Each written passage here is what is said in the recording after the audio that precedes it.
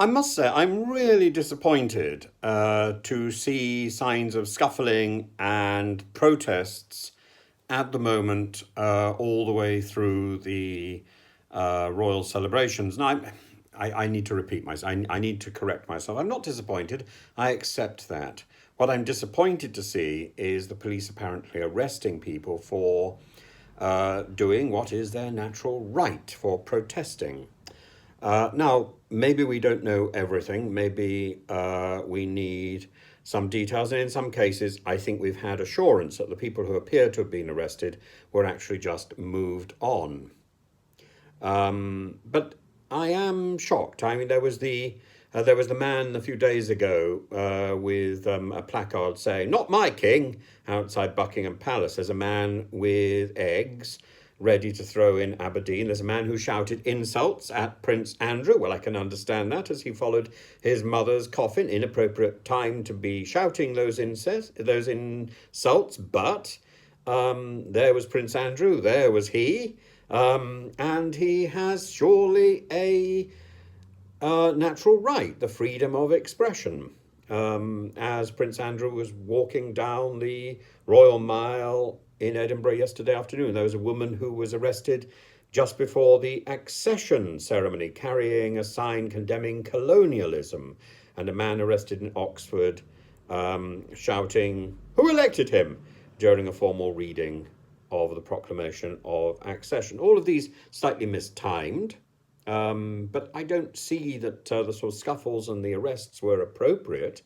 However, I noticed today there are people in Wales with banners who are protesting, and they are being guarded by the police. And in all likelihood, we will learn that those apparent arrests that I've recorded will simply be efforts by the police to move people on before there are dramatic or unsightly confrontations.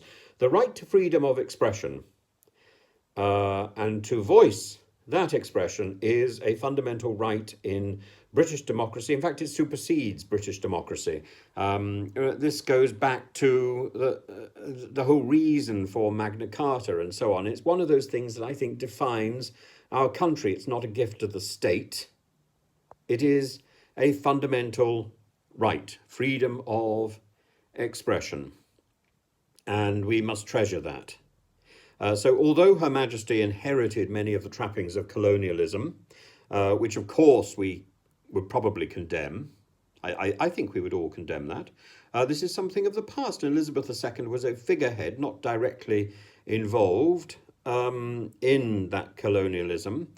And indeed her commitment to the development of the Commonwealth, that federation of independent nation states, demonstrates her commitment to equality, to diversity, to freedom, to a new age, and to the opportunity of people to express things which maybe not everybody endorses.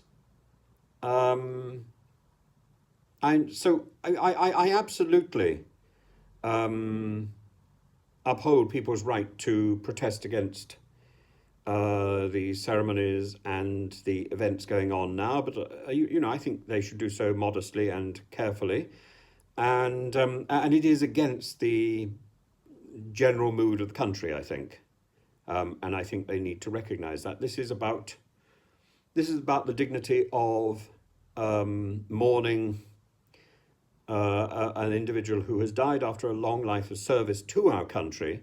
Whether she was queen or whether she simply was a person who had long life of service to our country, it doesn't matter. We are now remembering her. There may be room for perhaps more protest later on, but at this moment, I think probably one should be a little muted in the protest department. And I think Peter Andre's son is right when he's called on social media types to restrain themselves. He suggests they're seeking views by being contrary. He suggests that they are being soulless. I'm inclined to agree. They're against the mood of the country, which is somber, dignified, deeply affectionate, and who are remembering. They're remembering a person who has defined our national life.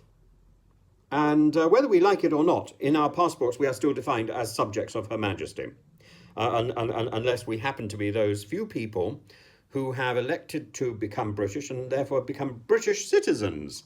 But most of us who were born here are subjects of Her Majesty, or now subjects of His Majesty.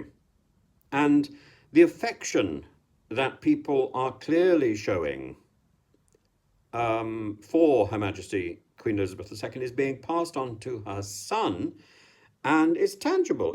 It's so visible. It's so obvious. It comes through the television screens. It cries out. That process is electric, and as I say, it's tangible. I think it will become more evident as the week passes and the crowds of mourners line the streets of London to pay their respects to the Queen as she lies in state in Westminster for 4 days and 4 nights. Already, the crowds were enormous in Edinburgh, and I think it's a tribute to our nation.